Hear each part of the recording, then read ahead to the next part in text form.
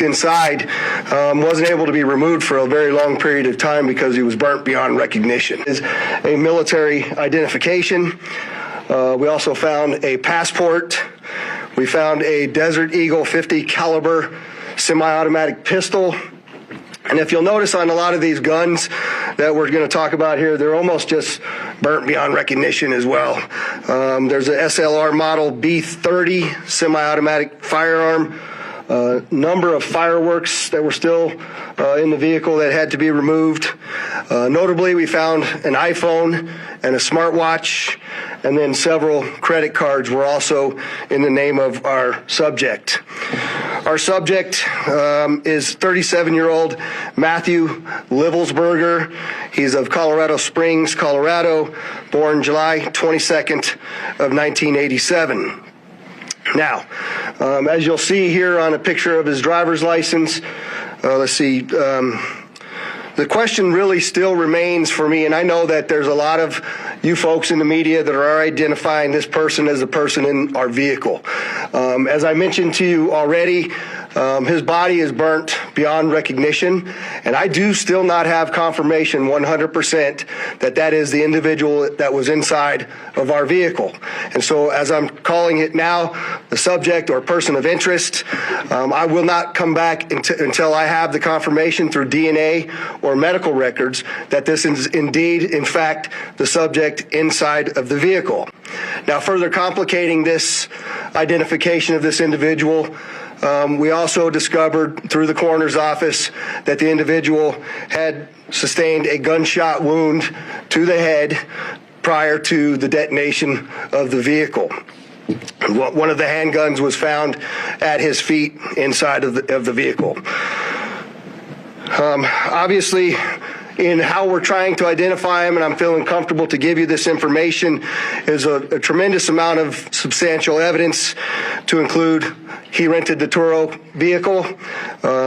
There are 2 tattoos, one of which was on the stomach and one of which is on the arm, that we can see bits and pieces of it as in comparison to what it is that we now know he had on his body. That has given us a lot of confidence that this is, in fact, the same person, as well as the clearly obvious, which is the credit cards, the military identification, the passport. And then furthermore, as you'll see here in just a very short period of time, we tracked his movements from Colorado to Las Vegas, and in a number of the photographs that we were able to determine, he was the individual that was driving the vehicle.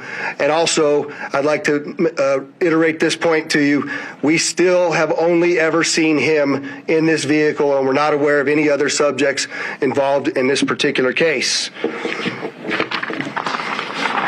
Now, I would like to acknowledge a couple of things because I know what's going on in the social media world, and there are a number of things in this case that are similar to the attack in New Orleans.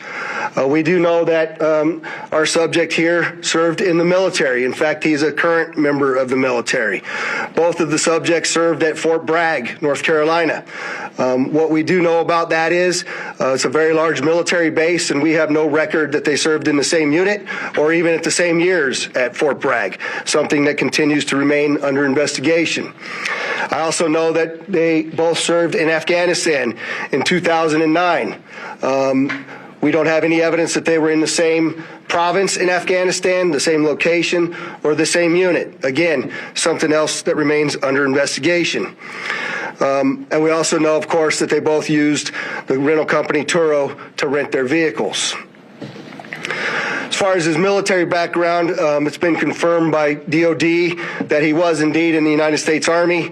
He was also a Green Beret operations sergeant who spent most of his time at Fort Carson, Colorado, and in Germany.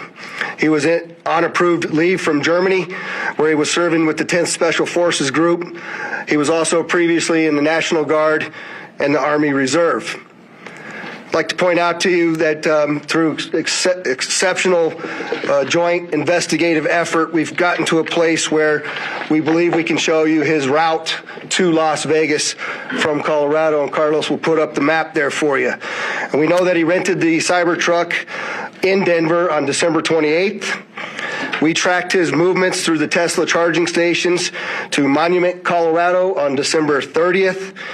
On the 31st of December, the truck was charged in Trinidad, Colorado, Las Vegas, New Mexico, and Albuquerque and Gallup, New Mexico. On January 1st, the truck was charged in Holbrook, Flagstaff, and Kingman, Arizona. We last tracked the truck in Kingman at 05:33 yesterday morning. The truck was first spotted in Las Vegas at 7:29 a.m. yesterday. And Carlos will pull up a picture of the truck pulling onto Fashion Show Drive here. And that picture was observed at about 7:34 a.m. We know that he pulled into the Trump Valet, and I believe we have a video of that. You can see the Cybertruck highlighted there.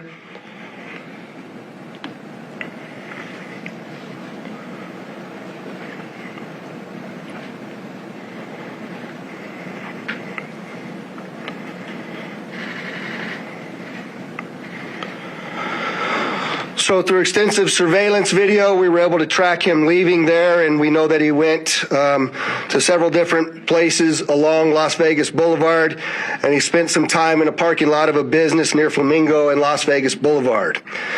We didn't have a video of the truck pulling back onto Las Vegas Boulevard from the sands.